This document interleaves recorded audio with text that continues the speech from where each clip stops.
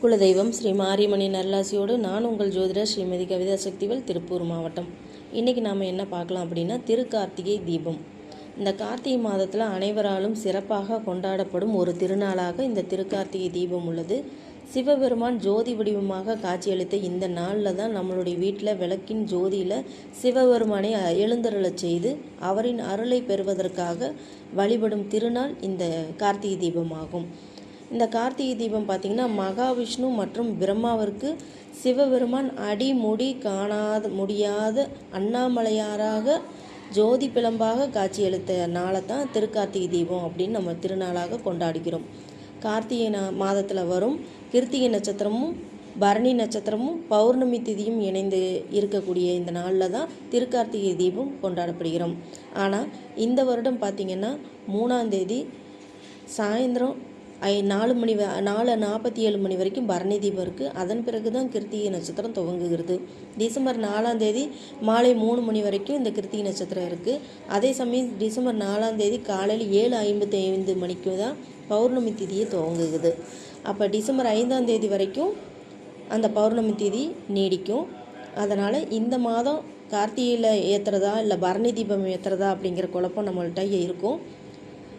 பெரும்பாலும் பார்த்திங்கன்னா, நம்மளுடைய வீடுகளில் டிசம்பர் 3ஆம் தேதி அன்னைக்கு யமதர்ம ராஜாவை வேண்டி நம்மளுடைய முன்னோர்கள் முக்தி அடைய வேண்டும் என்பதற்காக பரணி தீபமும், டிசம்பர் 4ஆம் தேதி சிவபெருமான அருளை பெறுவதற்காக திருக்கார்த்திகை தீபமும் ஏற்றி, டிசம்பர் 5ஆம் தேதி பெருமாளின் அருளை பெறுவதற்காக பஞ்சாத்திர தீபத்தை ஏற்றணும்.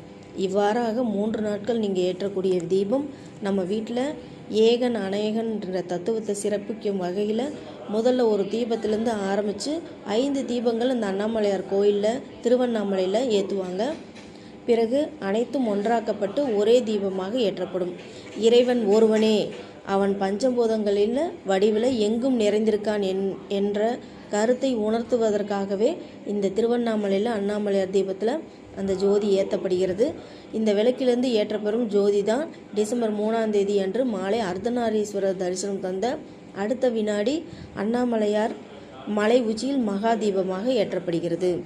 ஆகவே நீங்கள் வீட்டில் 3ஆம் தேதி அன்னைக்கு டிசம்பர் 3ஆம் தேதி ஈவினிங் 6 மணிக்கு ஏற்றக்கூடிய பரணி தீபம், டிசம்பர் 4ஆம் தேதி நீங்கள் ஏற்றக்கூடிய பௌர்ணமி தீபம், டிசம்பர் 5ஆம் தேதி ஏற்றக்கூடிய பெருமாளுக்கு உயர்ந்த தீபம், இந்த 3 நாட்களும் நீங்கள் தொடர்ந்து ஏற்றக்கூடியது உங்கள் வாழ்வில் முக்கிய நிகழ்வாக இருக்கும்.